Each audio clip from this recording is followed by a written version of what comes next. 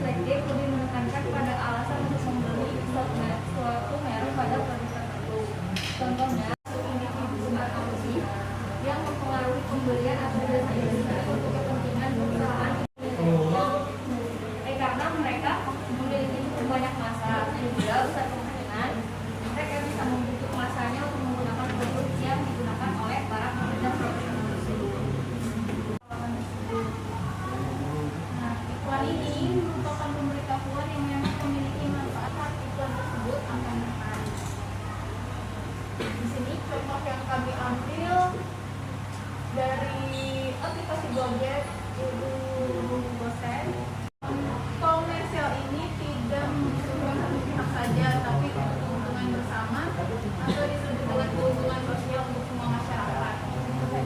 Contoh yang kami ambil di sini adalah layanan sosial dari polisi lalu lintas. Kalau iklan di medsos itu termasuk ada iklan internet. Beda apa sama? Kenapa sama? Karena kan mereka dalam media elektronik loh, media internet. Kan harus masuk dalam internet. Beda.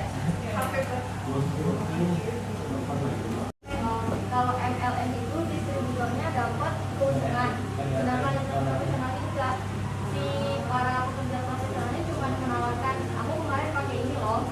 Tapi udah ya si profesionalnya cuma sekedar menawarkan aja, nggak dapat apa-apa. Tapi kalau MLM kan si distributornya tadi dapat keuntungan dari perusahaannya karena udah menawarkan produk profesional. Yang di bawahnya yang perdagangan. Iya, MLM itu maksudnya ke perdagangan. Kalau profesional ini mereka cuma sekedar menawarkan aja. Maksudnya waktu ini kan sebelum nggak jelasin apa perdagangan itu, kadang aku mikir, oh karena biasanya nih kalau MLM kan emang dia nawarin ke dokter dulu, terus dokternya pasti nawarin lagi ke pasiennya. Jadi tadi awal aku pikir konsepnya sama, ternyata beda ya.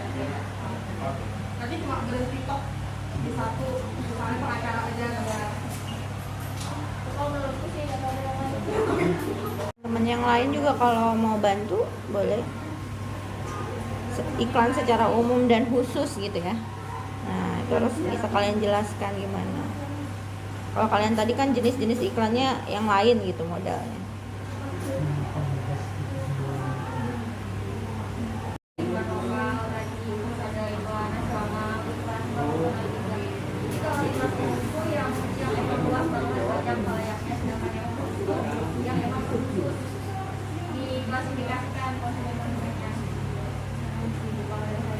Ya, teman yang lain ada tambahan?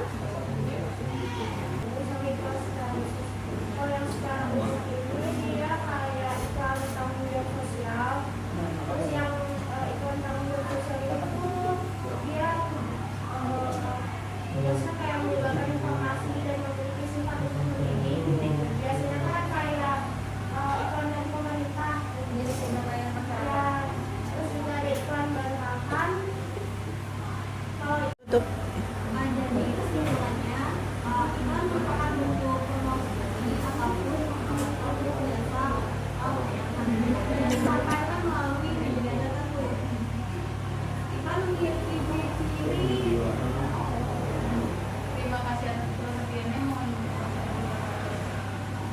ya, oke.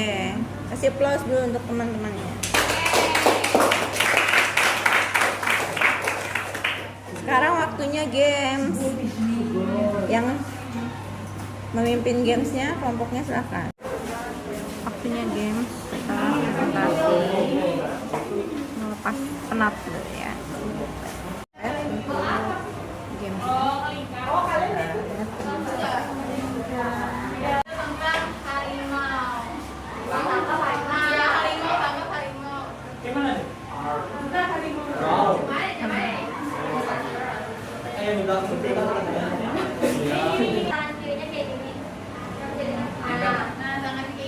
Ditangkap ini. Tangan kiri kalian di atas tangan kanan teman kalian. Lalu nanti kami bakal bacain cerita. Nah, kalau misalnya dengan kata harimau, kalian harus nangkep yang ini. Enggak dong. Biar diangkat gitu. Terus kalau nangkep yang ini, berarti mundur kalah. Mulai tangannya jatuh. Ini masuk. Tinggal seorang harimau.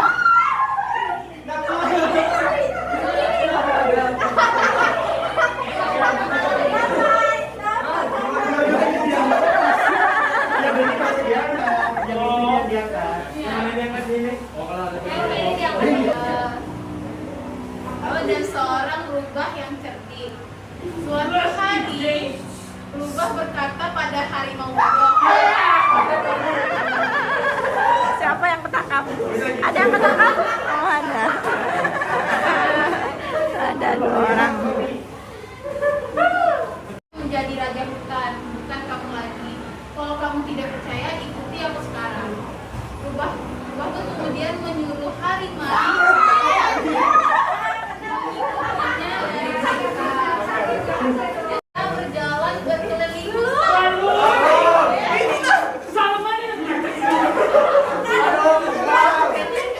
Berkeliling hutan dan mendatangi hewan-hewan hutan yang sedang berkumpul. Tentu saja melihat ada harimau.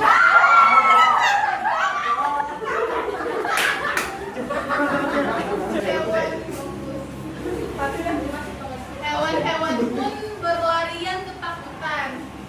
Kemudian berkata, lihat harimau.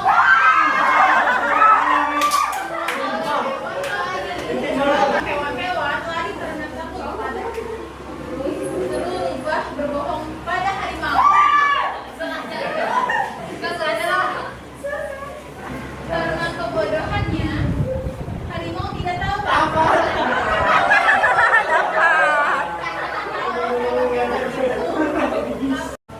Tinggal seorang harimau yang bodoh dan seorang rubah yang cerdik. Suatu hari, rubah berkata pada harimau bodoh, Satu-satunya perempuan. sekarang akulah yang menjadi raja hutan, bukan kamu lagi. Kalau kamu tidak percaya, ikuti aku sekarang. Rubah kemudian menyuruh harimau mengikutinya. Aduh, mesranya ya. Aduh. Momennya mesra nih. Ia berjalan berkeliling hutan dan mendatangi hewan-hewan hutan yang sedang berkumpul. Tentu saja, melihat ada harimau datang. Hewan-hewan pun berlarian ketakutan. Lihat harimau.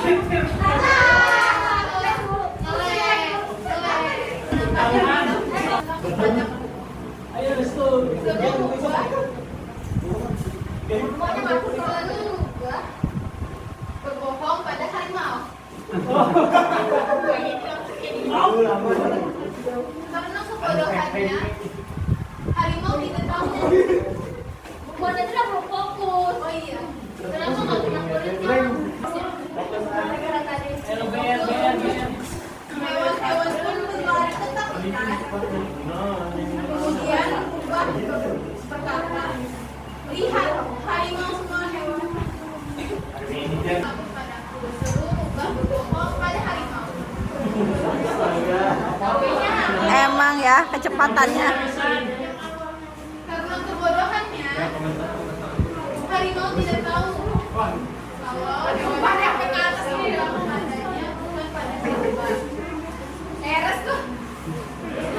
Rubah berkata pada harimau. Ketangkap.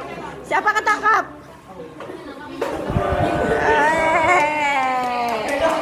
Apa makna games kalian tadi? Konsentrasi, fokus, kecepatan, kejujuran, ya, banyak yang bisa diambil sebenarnya dari situ ya. Ya bahasanya kalau kita tuh ya tetap bermainnya sesuai dengan profesionalitasnya, dengan aturannya gitu ya. Intensi. Nah kemudian tadi Ibu menambahkan sedikit ya terkait yang dibahas, yang Ibu tanyakan terkait dengan iklan secara umum dan khusus. Secara umum itu ya tadi yang memang dijelaskan juga disebutkan oleh Salma ya, iklan tanggung jawab sosial, iklan bertahan, terus pembelaan, perbaikan, iklan keluarga. Nah, itu adalah iklan umum, yang secara umum, yang mungkin kalian juga melihat lah contoh-contohnya yang ada di media ya. Dan pembagian secara khusus itu sebenarnya iklan itu bisa dibagi berdasarkan pertama media. Nah, yang disebutkan oleh Salma itu tadi yang cetak itu adalah berdasarkan media ya, berdasarkan medianya, media yang digunakan gitu ya.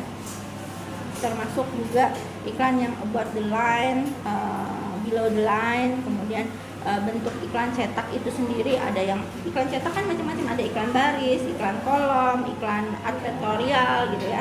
Kemudian iklan display yang mungkin kalian lihat lah, ada gambar displaynya gitu ya.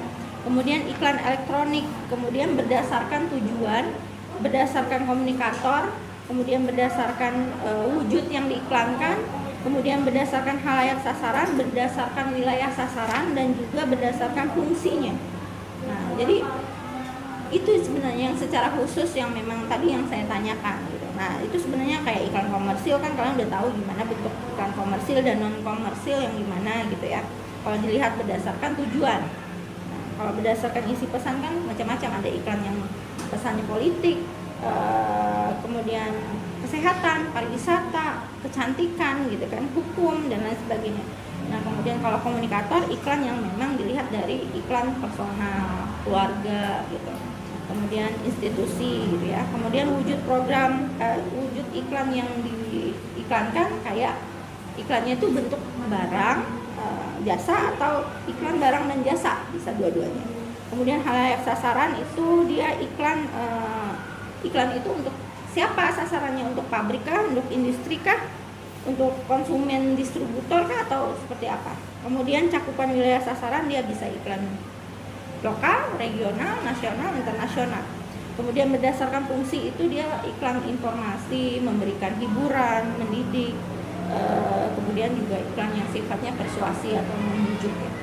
Dan selain itu juga terdapat memang pembagian iklan yang lain yang seperti yang dijelaskan sudah oleh kelompok ini tadi ya, iklan profesional dan lain sebagainya ya, iklan bisnis to bisnis, iklan untuk perdagangan itu tadi ya yang dijelaskan juga oleh kelompok ini tadi. Macam-macam sebenarnya, dan orang juga iklan politik itu disendirikan oleh orang-orang biasanya, macamnya banyak iklannya. Nah, itu yang mungkin perlu kalian juga perdalam dengan contoh-contohnya gitu ya. Oke, sampai di sini sudah paham ya? Oke, kalau begitu terima kasih atas perhatiannya, kurang lebihnya Ibu mohon maaf, Ibu tutup. Wassalamualaikum warahmatullahi wabarakatuh. Terima kasih.